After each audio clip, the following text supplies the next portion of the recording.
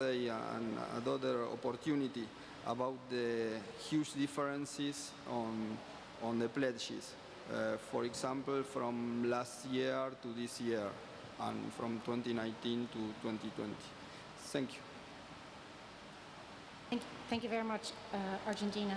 I would like also the next speakers, with regard to the time, to be as succinct as possible and also reflect to the proposals made from the floor, because that will really enable us to further improve the text. The next speaker is Belize. Thank you very much, Madam Chair, and I'm speaking on behalf of the Alliance of Small Island States. Thank you for the text and for the improvements that have been made. I will focus my intervention on the issues relating to the sustainability, adequacy and predictability of funding from the Adaptation Fund. We agree very much with Abu that there needs to be a clear indication from this text that there is a deep concern with the fact that the Adaptation Fund struggles with its resources. We also agree that in the context of the section dealing with resources of the Adaptation Fund, that there needs to be a clearer linkage between what we're calling for and how the pledges can be brought forward in terms of the multi-year contribution. So the suggestion of merging, in some ways, paragraph 8 and 11 sits well with us, and we thank those delegations that have suggested that. And we do want to recall in this particular section the suggestion that we had also made about the appropriateness of this review to reflect forward on the need to institutionalize a replenishment process, and I believe ILAC, or Chile on behalf of ILAC, made reference to that. There were some other suggestions made from the floor. Unfortunately, I was distracted, so I'll have to come back to that later. Thank you very much. Thank you very much, Belize. Next speaker is EU, followed by India and Canada. Yeah, thank you, Madam Co-Facilitator. I'm speaking on behalf of the EU and its member states, and thank you for this second iteration of the text, which is a good basis for further work. I can be short in my comments. I have a few to make. A very small one is on para 2. I mean, maybe it would be appropriate to say welcomes the positive results rather than to recognize them. On para 7, like we are of the same opinion as the US, it should be the context of the call for, and this whole para falls under the CMA decision. On para 12, we also think that it would add value if we also consider the new resource mobilization strategy, so maybe we just simply add also notes to resource mobilization strategy 2022 to 2025. Unlike other parties, we also think that there is a role of the CMA in para 14. We know, of course, and we are mindful of the fact that we had lengthy discussions on the roles of CMP and CMA. We are not questioning the authority of the CMP, but we think that the CMA has needs to be informed and has to have its place in this process. And finally, same applies for para 19. More or less simply saying CMA or CMP in the concluding para. Thank you. Thank you very much. European Union. India, you have the floor.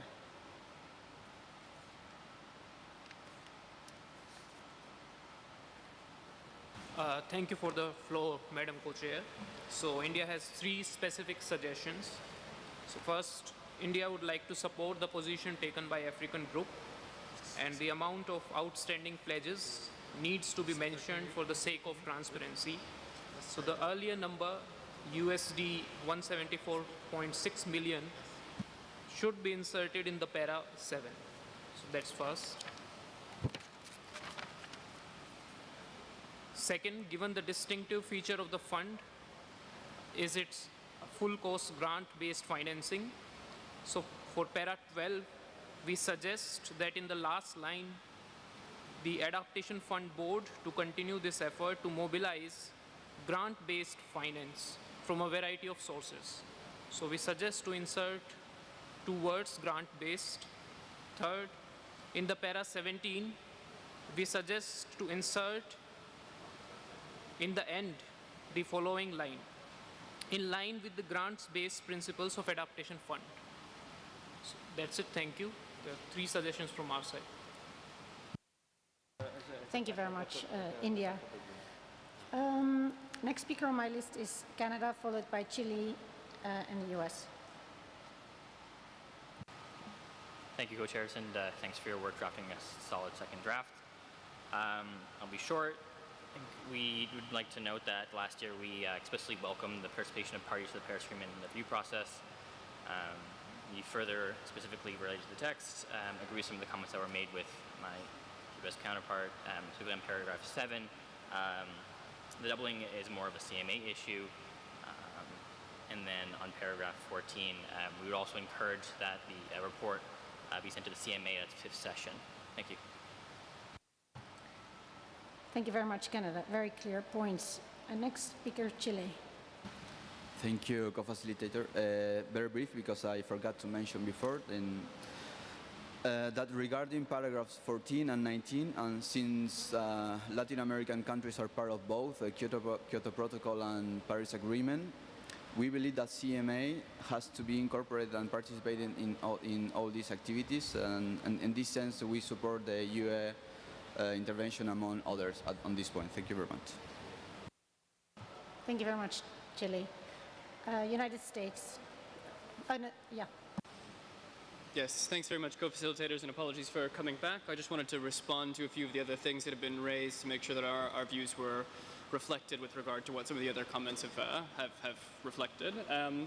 First, also just wanted to note again that we did explicitly welcome the participation of Paris Agreement parties in this review for precisely this reason, feeling very welcome at the moment. Second, with regard to the 2 mentions of deep concern, both related to financial sustainability and the outstanding pledges, again, I think we really do share the sentiment here, but I do think deep concern is perhaps a bit of an overstatement. Just as an adaptation fund board member as well, I'm aware that the fund does something like $100 million per year in project resources. It has $200 to $300 million in the bank at the moment. There's an upcoming contributor dialogue in just a few days. So while I think we are looking down the line, we're very concerned about how the CERs have reduced their cost.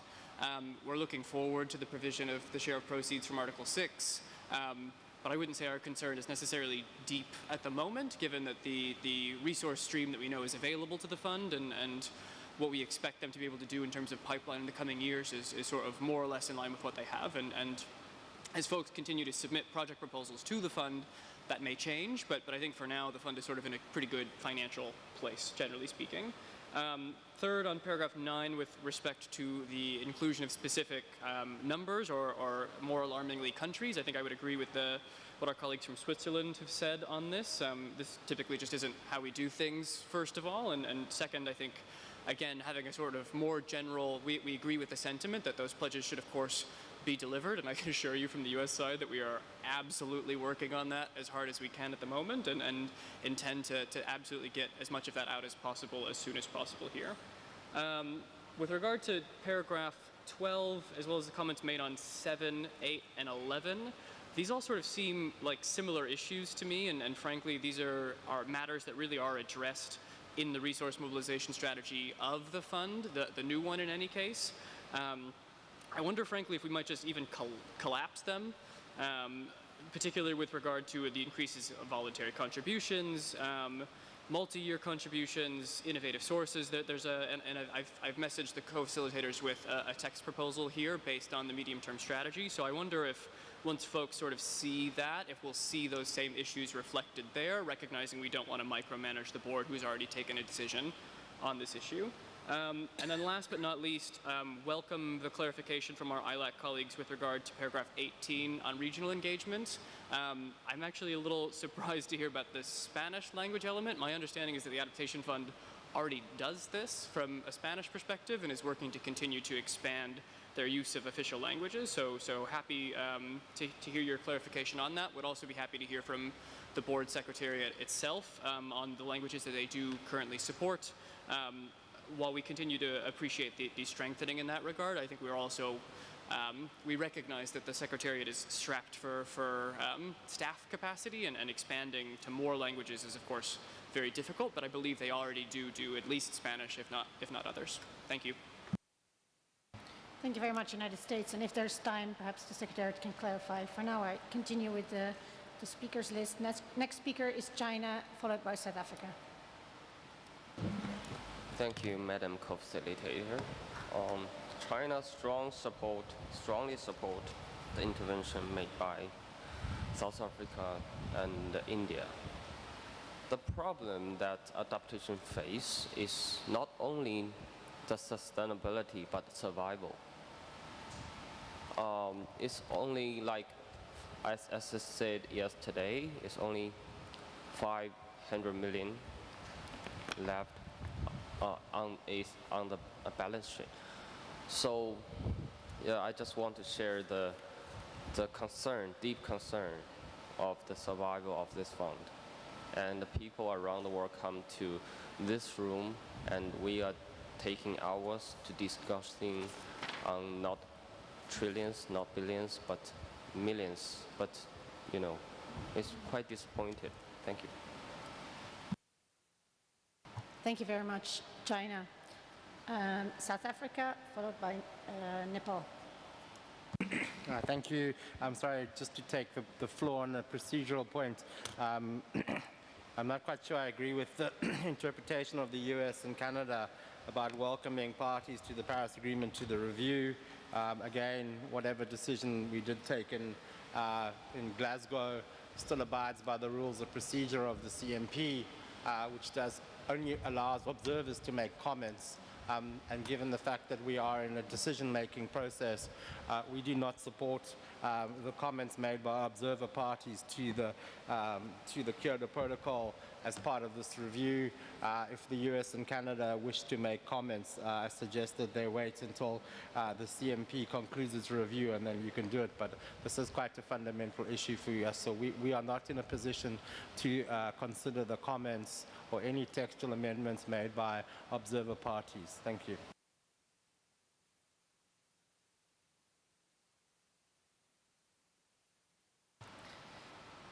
Thank you very much, South Africa.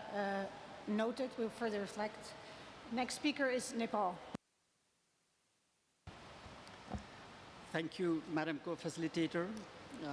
Nepal takes the floor for the LDCs. For us, this new text, thank you very much for the new text, and it is a very good basis for us to move forward. Sorry, for some technical reason, we received the document late, so I've just quickly scanned through the document, and I've a couple of points. First, we would like to associate the comments with the comments made by Africa Group and the AOSIS. Two critical points here for us. One, we would like to retain the language strongly on the resource issues, because resource constraint of the fund is a very big concern for LDCs. Second, on the predictability, this is something that we would really like to see reflected in the test, that some of the parties have already started doing multi-year contributions, which we welcome. And we look forward that the fund has more predictability going forward into with the resources. Having said that, if we have any comments, Madam Co-Facilitator, we'll come back to you after having going through the document in detail. Thank you very much. Thank you very much.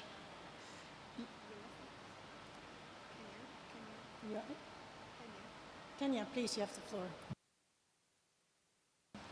Thank you, Madam Co-Facilitator. We align ourselves with the position of the African Group, including on the issue around inviting CMA parties to this process. And then secondly, also, we want to make a note regarding the merging of 8 and 11. And our view is that this should not move towards an encouraging language, but remains, we would want to see the remaining of the strong language as is under Para 8 when those efforts are pursued. And lastly, Madam Co-Chair, we want to make a comment on paragraph 5. So we want to make an addition on the bit which talks about promote resilience measures and innovation.